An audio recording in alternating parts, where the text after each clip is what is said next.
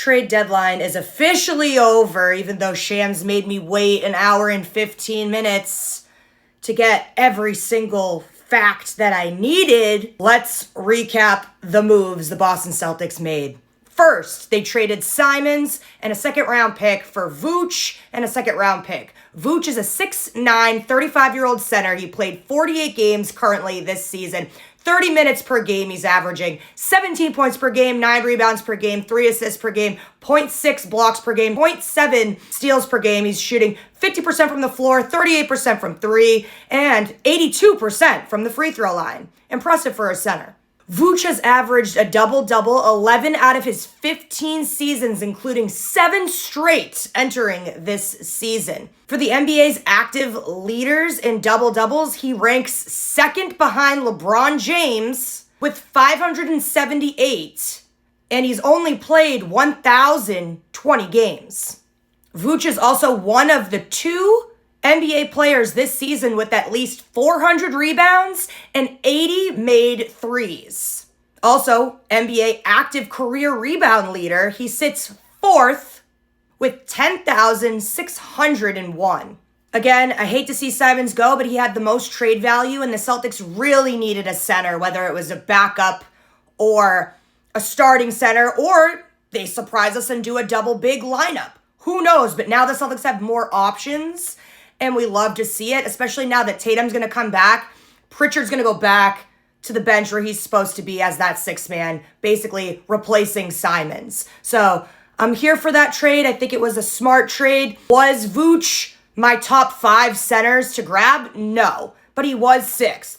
So I'll take it. I'll honestly take it, especially for a pay cut too. I think it was a good trade. Trades 2 and 3. Now, these are the tweets that I hate, because why aren't you telling me what they're getting traded for, Shams? Like, there's no context at all. I knew, everyone knew, you could tell that Boucher was gone. He had 0 minutes played. Joe just didn't see the vision for Boucher on the team. And we knew he was gone. Like, that was very clear. So Boucher got traded to the Jazz. This is a salary dump. We didn't get anything. We got no players. I don't think we got a pick. I think it was just strictly to clear cap space. Then, this is the one I didn't see coming. They traded Minot to the Nets, and I thought that it was going to be Tillman, and waited till 4:15 to find out this was the 4th trade that the Celtics made. They were very active this trade deadline. They shipped out Xavier, Horford stunt double Tillman to the Hornets. And the Celtics now get out of the luxury tax with this move, and the Hornets get $3.5 million in this deal somehow. I don't know, but that's a win-win to me. It's sad, but I knew that Tillman just wasn't getting the burn on this team, and he never would. I just knew he was going to be buried on the bench, and it was the right move. Thank you, Tillman, for your service. I apologize that you didn't get more out of it, but this was the right move for the Celtics. And the last move that the Celtics did, which I thought was genius, what you should have done, absolutely needed a 3rd backup for the center position, and at a cheap cost. They signed Amari Williams officially to the roster for a 2-year deal at $2.7 million. Amari Williams was the 46th pick in the 2025 draft for the Boston Celtics. I love this move. I called this move. I thought it was beneficial to do this. So just to sum it up, Celtics were very active at the trade deadline. Here are the moves they made. Simons and 2nd rounder for Vucevic and 2nd rounder.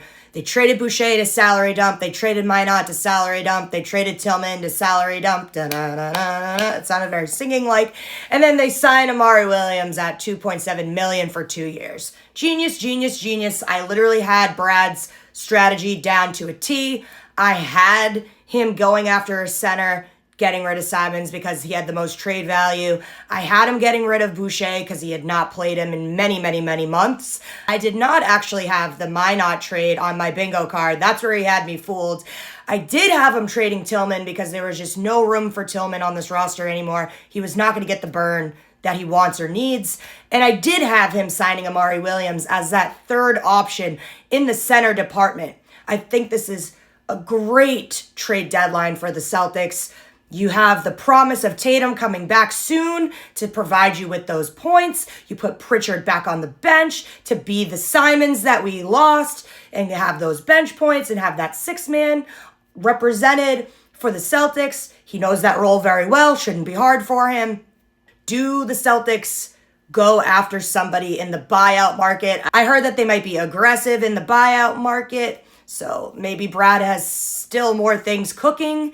But I think this was a great trade deadline. I know it sucks to lose players that you're attached to, that you like, but long term, you got to think what's getting Banner 19. And that was your recap of the trade deadline of 2026.